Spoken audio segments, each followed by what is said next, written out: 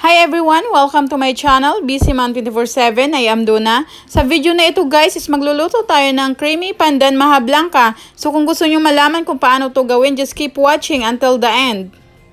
Ang mga ingredients sa paggawa ng Pandan Creamy Maha Blanca is 5 pieces of fresh pandan leaves, 4 cups coconut milk kung galing sa lata, 3 cups kung kayo mismo ang nagata, 3/4 cup of fresh milk or evap, 1 big buko pandan condensed, 3/4 cup cornstarch, 3/4 cup white sugar or 1/2 cup white sugar. Ilagay ang pandan leaves sa may blender.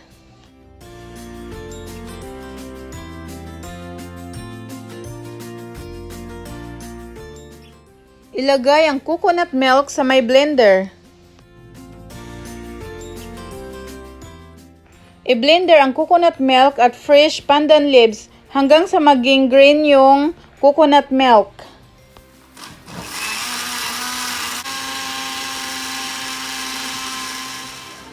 Ayan yung hitsura pagkatapos ma-blender. Salain ang coconut milk with pandan leaves.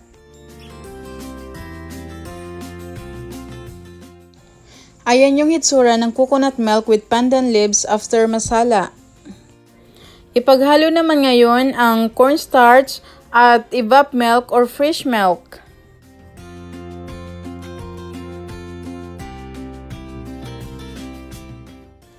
Haluin ng mabuti ang cornstarch at evap milk or fresh milk hanggang sa matunaw ang cornstarch.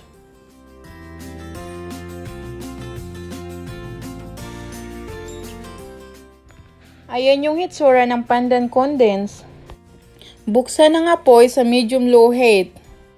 At ilagay ang coconut milk with fresh pandan leaves. Haluin ang coconut milk hanggang sa kumulo ito. At kailangan huwag hintuan sa paghalo para hindi dumikit ang coconut milk.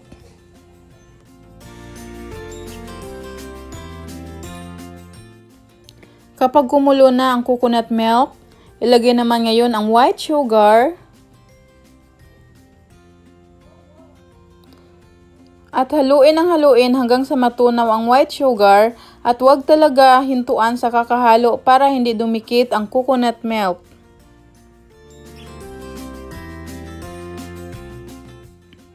Kapag natunaw na ang white sugar, ilagay naman ngayon ang pandan condensed.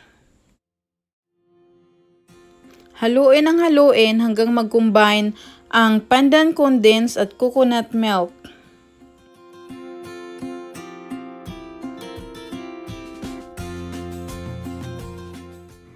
Pag nag-combine na ang condensed at ang coconut milk, ilagay naman ngayon ang cornstarch na hinalo sa evap milk or fresh milk. This time guys, kailangan nasa luhit na yung apoy ninyo. Haluin ng mabuti yung maha para hindi siya dumikit sa kawali o kaldero na nilutuan ninyo.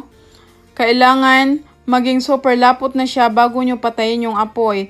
Nasa inyo na yun kung gaano kalapot ang gusto ninyo, pero much better kung super lapot na siya bago nyo patayin yung apoy.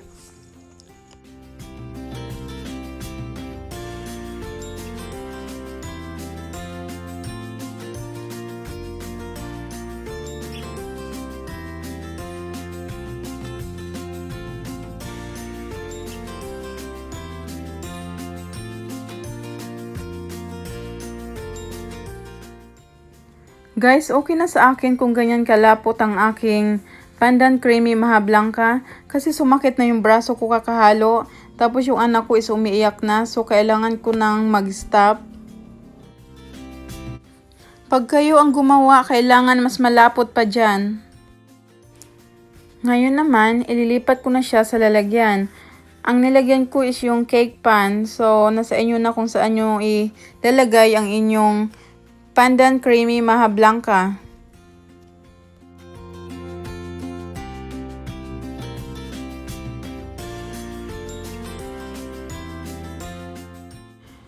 After ninyo mailagay sa lalagyan, palamigin muna siya bago ilagay sa ref. So make sure na hindi na talaga siya mainit.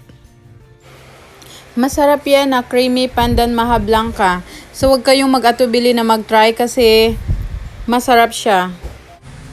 Sa mga may tanong, mag-comment lang kayo or pwede nyo rin akong i-add sa aking Facebook account na Donna Bentley, DHONABNTLEY. After mailagay sa ref, yan na yung aking creamy Pandan Maha Blanca. So thank you for watching everyone. Sana magustuhan ninyo ang aking video na ito at huwag nyo kalimutan panoorin ang aking mga ibang videos.